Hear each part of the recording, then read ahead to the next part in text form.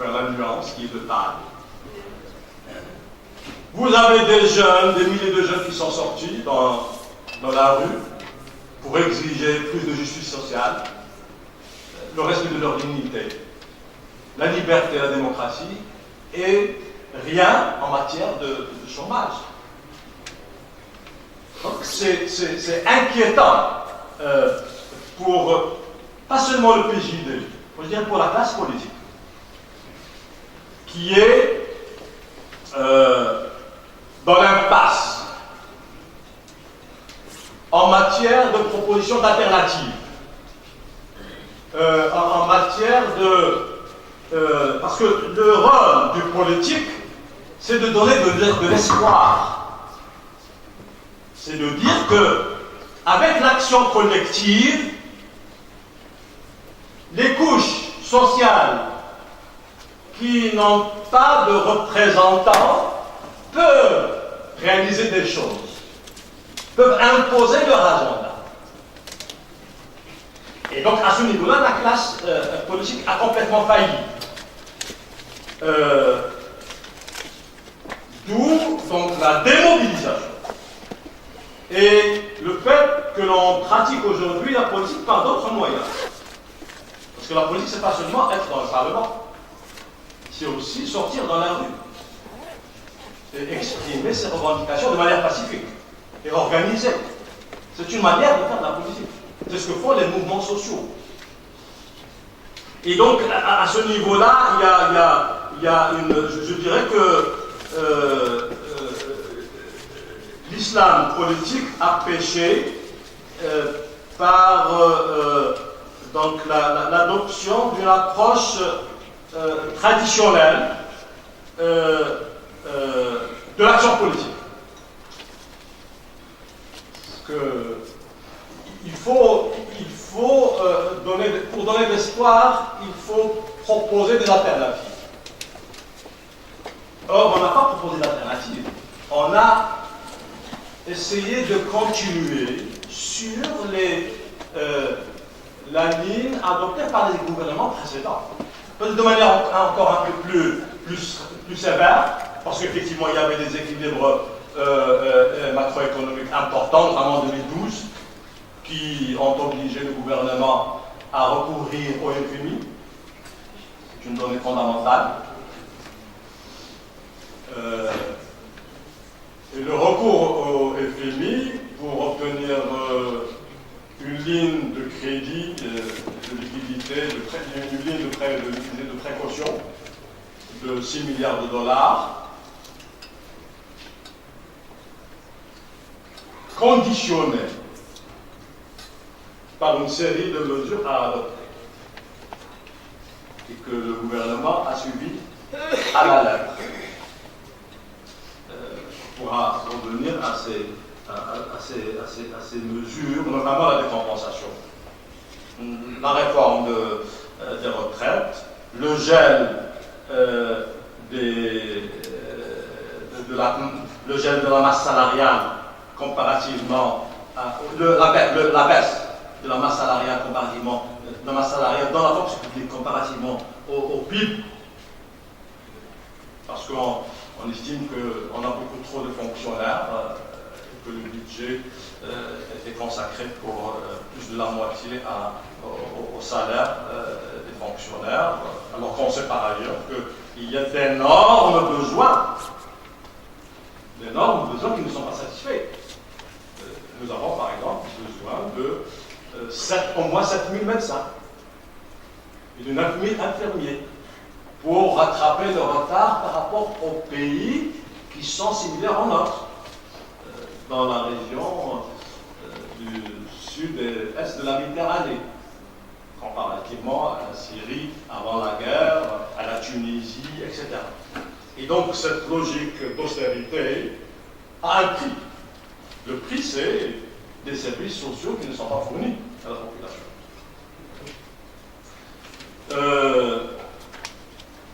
Je ne vais pas m'étaler sur j'ai d'autres chiffres en matière de pauvreté, bien sûr l'endettement a beaucoup augmenté à la fin du mandat.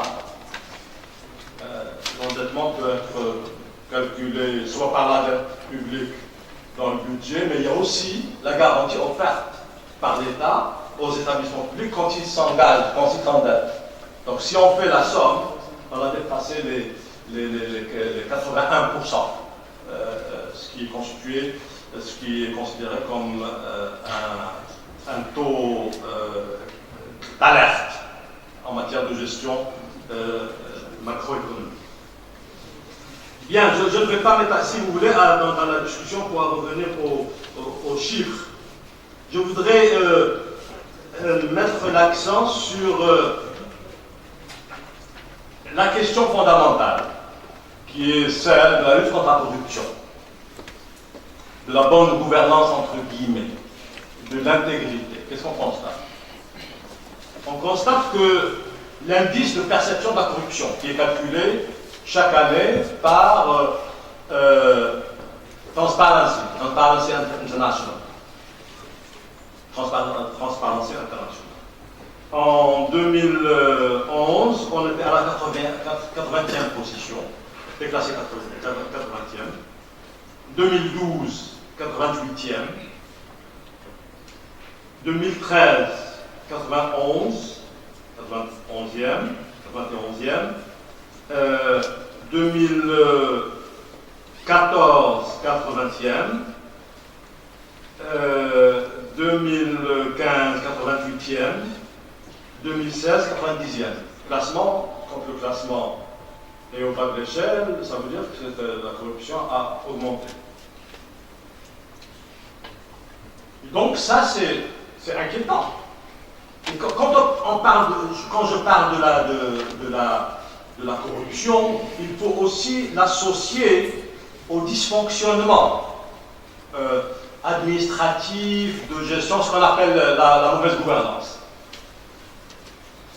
Et donc, de ce point de vue, c'est inquiétant. Pourquoi c'est inquiétant? Parce que c'est l'une des rares possibilités qui existent dans le contexte actuel pour améliorer la situation socio-économique. Mais il faut une volonté politique très forte. On peut effectivement améliorer. Regardez, peut-être l'exemple le plus édifiant, c'est le Hussein. Si vous lisez le rapport donc, de la Cour des comptes, il est montré de manière très nette tous les dysfonctionnements. D'abord en matière de conception. Qui a fait le projet, qui a conçu le projet? C'est pas le gouvernement. En matière de financement, en matière de respect des délais, en matière de suivi, en matière d'évaluation des politiques publiques. Une faillite totale du gouvernement à ce niveau-là. Alors que le fonds était là. Le fonds était là. Donc ce n'est pas un problème de ressources financières. Même s'il y a la consolidation budgétaire, il y a un problème de gouvernance. Alors que le gouvernement s'était engagé à améliorer cet aspect-là. Et il avait raison de s'engager à ce niveau-là. Mais il n'a pas réussi à le faire. Donc, pour différentes raisons. Et parmi les raisons que j'estime qui ne sont pas suffisamment mises en avant, c'est le fait que les gouvernements, pas seulement celui-là, pas seulement le gouvernement de Kiran, ont l'habitude de travailler de manière sectorielle. C'est mon secteur. Ne touchez pas. L'éducation, c'est l'éducation. La santé, c'est mon secteur. Alors que l'action gouvernementale est censée être une action de synergie. De synergie. On peut, avec les synergies, on peut même gagner en termes de moyens. Si j'ai pas, moi je l'avais fait, je n'avais pas assez de fonctionnaires, j'ai été voir le ministre des Finances. J'ai rien recruté, on ne m'a pas donné de résultat, mais il m'a prêté 2 cadres pour travailler pendant 2 ans et demi. 2 cadres des finances qui sont venus, payés par le ministère des Finances et travaillant pour la protection sociale. Parce que le ministre de l'économie et des Finances était coopératif. Mais ça n'arrive pas toujours souvent. Ça n'arrive pas souvent. Ce n'est pas toujours le cas. Et donc voilà un gisement de productivité. D'où l'intelligence politique est absente. Et on a des catastrophes. Donc on a des révoltes populaires, légitimes, parce que le constat est clair et net. Il y a défaillance, il y a faillite. Des responsables à différents niveaux. Et donc, cela pose le problème du pouvoir. Et comment il est exercé au Maroc? Parce que le développement, ce n'est pas la croissance, bien sûr. Le développement économique, c'est une transformation structurelle, profonde, pour faire passer l'économie de secteurs à faible productivité à des secteurs à haute productivité, avec tous les changements fondamentaux en termes de capacité humaine, éducation, santé, culture. Vous ne pouvez pas faire la transformation structurelle si vous n'avez pas des gens qui sont éduqués, qui sont en bonne santé. Et les changements institutionnels qui sont censés créer les conditions de la transformation structurelle. Et quand je dis changement institutionnel, de manière, j'allais dire profonde, au sens où on intègre dans les changements institutionnels les questions de lutte contre la corruption, les questions de reddition des comptes, de responsabilité, mais aussi des questions sociétales, comme l'égalité entre les sexes. Vous ne pouvez pas vous développer si vous avez la moitié de la population qui est marginalisée. Vous ne pouvez pas développer votre agriculture si vous avez les 2/3 des femmes rurales qui sont analphabètes. Impossible. On n'a rien fait en matière d'analphabétisme, de lutte. J'ai vu il y a quelques semaines un rapport fait parce qu'il y a maintenant une agence, qui est une bonne chose, l'agence de lutte contre l'analphabétisme.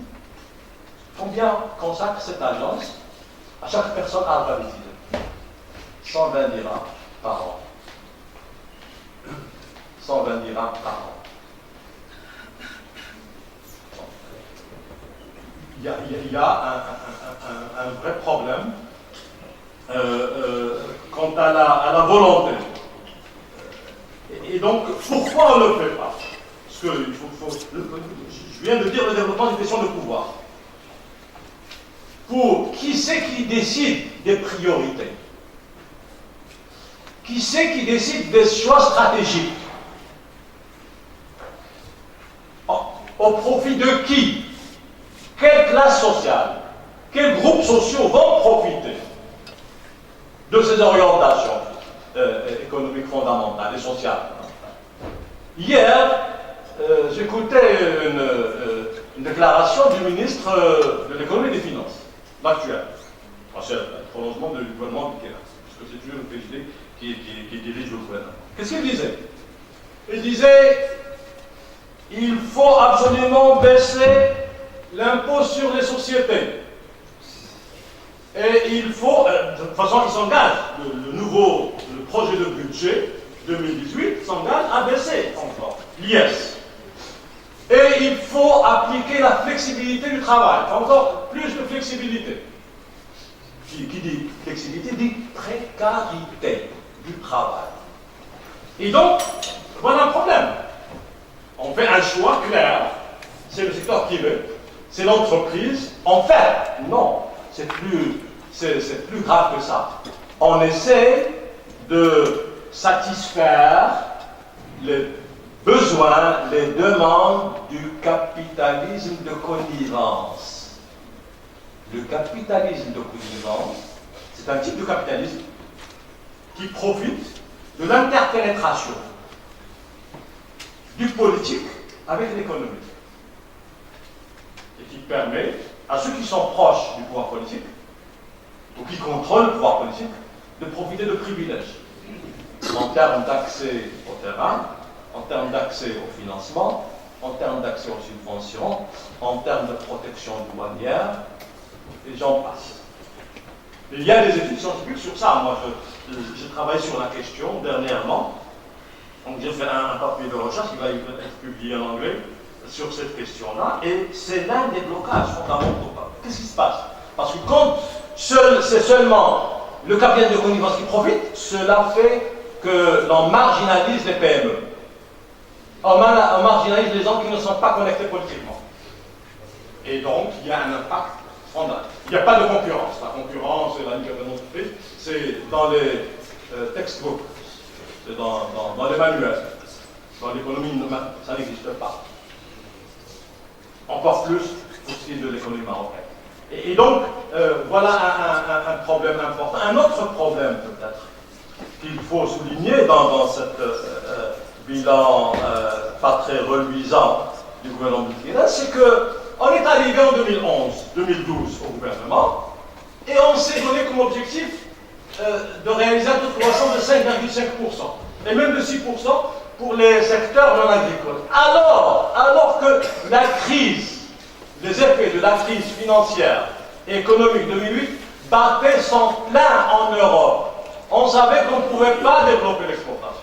On savait qu'on n'allait pas avoir des investissements étrangers. On savait que les